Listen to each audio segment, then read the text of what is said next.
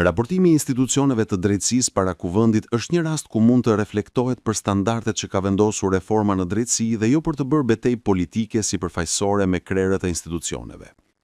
Dhe kur flasim për standardet e reja që presim të vendosen, ato nuk kanë të bëjnë vetëm me prokurorinë e përgjithshme dhe SPAK, por sidomos me gjykatat dhe respektimin e lirive dhe drejtave themelore të qytetarëve, që bëjnë dallimin mes një drejtësie perëndimore dhe një drejtësie linçuese për nevoja politike, propagandistike apo edhe mlefe personale. Për këtë arsye, kur analizojmë atë që ka bërë SPAK apo prokuroria e përgjithshme pas reformës në drejtësi, duhet të bijmë dakord se SPAK ka thyer mitin e pandëshkueshmërisë politike dhe kjo është një fitore morale e reformës në drejtësi. Po ashtu SPAK ka arritje serioze në betejën kundër krimit të organizuar dhe trafikut të drogës në vend, duke çuar pas hekurave dhjetra persona të inkriminuar. Por nga ana tjetër, këto arritje të forta po përpiqen të mitizojnë SPAK-un si një institucion themelor të reformës në drejtësi, duke injoruar gjithë hallkat e tjera të kësaj reforme që kanë të bëjnë me gjykatat, me pavarësinë e tyre jo vetëm nga politika, por edhe nga SPAK, me moszhdupjen e korrupsionit në drejtësi, me humbjen e vëmendjes ndaj respektimit të drejtave themelore të njerëzit dhe me masakrimin e qytetarëve të zakonshëm që presin dekada të tëra për një vendim gjykate. E vetmja arritje që kemi deri tani është krijimi i mitit për paprekshmërinë e SPAK-ut. Pra, nëse deri më sot vuanim nga pandëshkueshmëria e politikës nga drejtësia, tani kemi hyrë në epokën e paprekshmërisë së SPAK-ut nga ligji dhe po përballemi me shkelje të rënda që nëse lejohet të kthehen në praktika normale, Shqipëria rrezikon të krijojë drejtësinë më represive të historisë së saj paskomuniste, e cila mund të keqpërdoret më shumë se sa drejtësia klienteliste politike që kemi pasur deri 9 vjet më parë. Kuvendi ka prekur disa pika të ndjeshme siç është paraburgimi motivuar politikisht për spektakël, apo intimidimi nga SPAK i gjyqtarëve të GKK-os, gjykatës kushtetuese e gjykatave tjera, por kjo nuk është thjesht çështje konstatimi. Parlamenti duhet të adresojë ndërhyrje ligjore për t'i ndalur këto praktika, pasi nëse i lënë dëshirën e kreut të SPAK apo pasardhësit të tij, ata flasin me statistika që fyejnë dinjitetin njerëzor kur bëhet fjalë për të drejtat e njerëzit. Fjala vjen, sonte dëgjova zotin Dumani që ndaj kritikave për teprim në paraburgimin e personave nën hetim, aq më tepër figurave të larta politike, u përgjigj se vetëm 9% janë paraburgime nga SPAK. Ha thua se po e vë njëri në garë kush ka paraburguar në shumë, SPAK apo prokuroria e përgjithshme. Për dalë më mirë ai mund krahasohet edhe me Kinën, sa ashtu mund dilte 0.0001%. Por problemi është se SPAK-u e ka kthyer paraburgimin në mjet paligjshmërie për të peshkuar fakte penale dhe për të nisur hetime nga ato që gjen në rrugës dhe jo nga procedurat ligjore se si nis një hetim.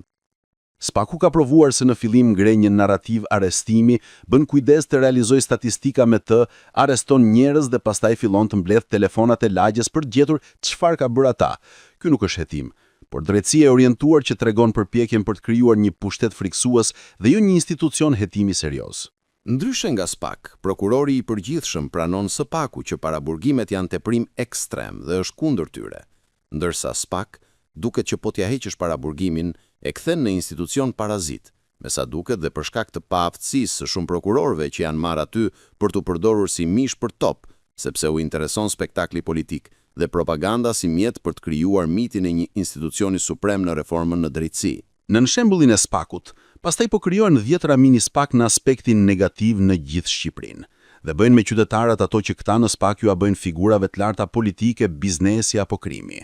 Dhe kjo është një epidemi shkatruese për reformën në drejtësi, e cila duhet frenuar me ndërhyrje të qarta ligjore dhe të menjëhershme. Duke rikthyer sundimin e ligjit, mbrojtjen pik për pik të procedurave penale dhe mbi të gjitha, vendosjen e standardeve që të shërbejnë si shembuj pozitiv për drejtësinë e ardhshme dhe jo për propagandë dhe gjyqe popullore.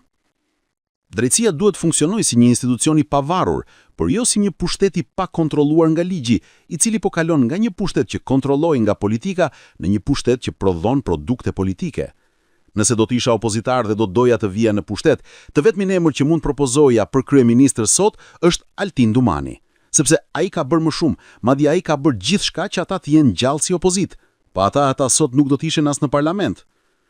Por ata në vend ta propozojnë për kryeministër e akuzojnë dhe baltosin se ka hapur një çështje për tallur me Sali Berishën dhe nuk i prek qimet e flukut në asnjë nga akuzat e mëdha që ai ka për vrasje politike dhe kapjen e shtetit me pasojë vrasjen e 10 qytetarëve në Gërdec. Por as këtë nuk ja u falin dhe janë gati të rinë në opozit gjithë jetën, vetëm se ka prekur nderin e Berishës si i pandehur. Nga ana tjetër, socialistët, të cilët meritojnë hetim të thellë dhe të standardizuar nga ana ligjore për korrupsionin, janë përgjegjës për këtë reformë shkatërruese në drejtësi. Ata janë përgjegjës për faktin që 9 vite më pas, njerëzit nuk marrin drejtësi, por zvarritje pafund. Janë përgjegjës që çmimi i korrupsionit në drejtësi është rritur, pasi tani të tregojnë edhe prangat e SPAK-ut prokurorët e rretheve. Çmimi i sekserve në gjykata është rritur, pasi dhe ata duan të tregojnë se çfarë bën GJK. E kështu me radhë. E vetmja gjë që kemi prodhuar deri tani nga reforma në drejtësi është një operacion special propagandistik ku përmendet goditja e pandëshkueshmërisë dhe e krimit të organizuar nga SPAK dhe kjo po shërben si një çadër ambulante për të mbuluar gjithë rrënjët e reformës në drejtësi që kanë zënë në vete shoqërinë shqiptare.